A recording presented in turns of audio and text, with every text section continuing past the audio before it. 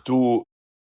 mirëmbrëma, atje mirëmëngjes, përshëndetje nga Tokyo, prej ku mu përpara nisjes për në Shqipëri, po regjistroj këto shënime pas një jave domethënëse për Shqipërinë, për mënyrën se si vendi ynë rritet në marrëdhënie ndërkombëtare. Natyrisht jo në përmas, po në shkallën e respektit dhe të vlerësimit për dinjitetin me të cilin qëndrojmë në komunitetin e shteteve. Fillimisht në Korenë e Jugut dhe më pas në Japoni ishin 2 stacione ku gjetëm një interes të shtuar për Shqipërinë,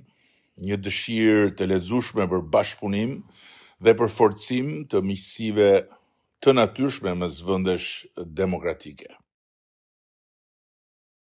Në konferencën aziatike të leadershipit, pata rastin të flas si i ftuar nderi, me një përfaqësi të gjerë të komunitetit ekonomik të kësaj pjese të zhvilluar të botës. Fola për transformimin e madh të Shqipërisë nga izolimi drejt bashkimit me Europën, dhe më pas në takimin me kryeministin Kim Men-suk u ndalëm në mundësitë për zgjerimin e bashkëpunimit në inteligjencë artificiale, teknologji digjitale, industri ushtarake dhe turizëm, duke cekur po ashtu simbolikën e takimit që përkon me 35 vjetorin e vendosjes së marrëdhënieve diplomatike mes 2 vendeve tona. Aty takuam gjithashtu një sër kompanish të mëdha, prestigjioze, ku konstatuam një interes gjenuin për Shqipërinë,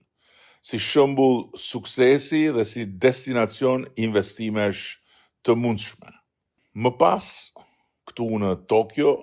vizita e konfirmoi rritjen e nivelit të marrëdhënieve mes Shqipërisë dhe Japonisë. Ishte vërtet një nder i veçantë pritja me ceremoninë e lartë shtetërore nga kryeministria Sanae Takaichi, me të cilën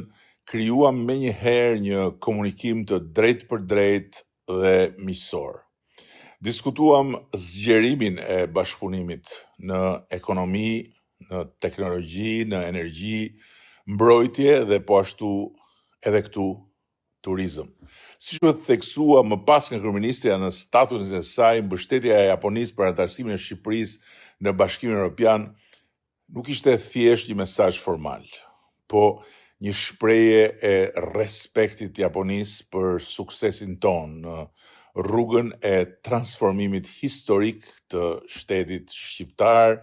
në një shtet vibrant, demokratik dhe në zhvillim të vazhdueshëm e të qëndrueshëm. Ishte kënaqësi dhe nder më vete dhe ftesa për të folur në Universitetin e Kombeve të Bashkuara në Tokyo,